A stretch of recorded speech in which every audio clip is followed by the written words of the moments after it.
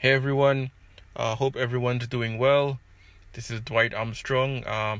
Thank you very much for joining in, for tuning in, for listening in on this short wisdom series. I, by no means, am a wise man, but I do have a book with me that is written by the wisest man who had ever lived at that time. Alright, so dive in with me as we jump into this series. Thank you. So, wisdom. It's a word we hear a lot, and oftentimes it's used interchangeably with the word knowledge. In this age of social media, like Wikipedia, Google, information is more readily available today than it ever was in the history of mankind. Yet, we find ourselves in a deficiency for wisdom. So I want you guys to take this journey with me as I dive into the topic of wisdom from the man known as the wisest man in history. Of course, we all know him as Solomon, David's son. So I'm going to start this series off with 3 points about wisdom.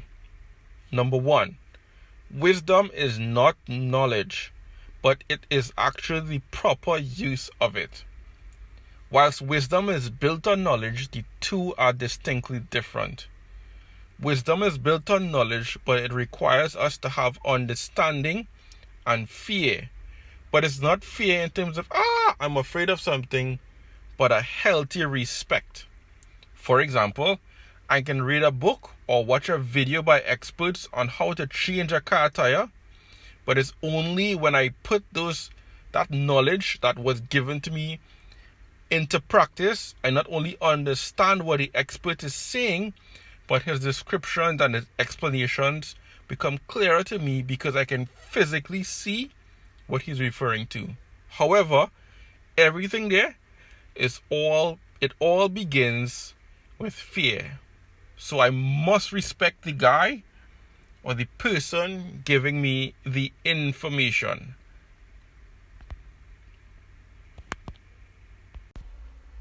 Number 2, wisdom grows progressively.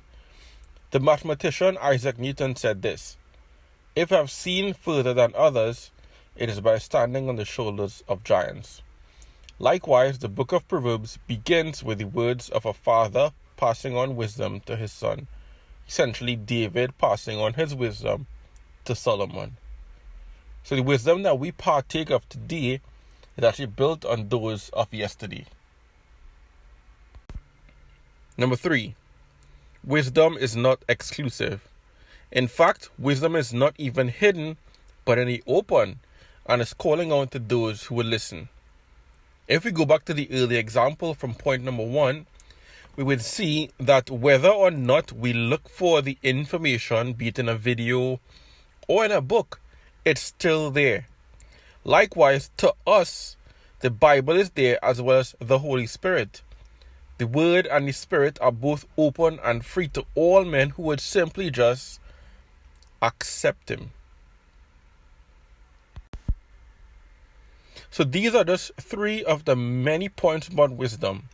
But I find these points to be foundational to our series, which is the Wisdom series.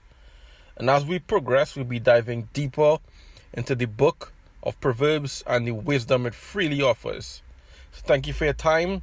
And I'll leave you with this: the fear of the Lord is the beginning of knowledge, but fools despise wisdom and instruction.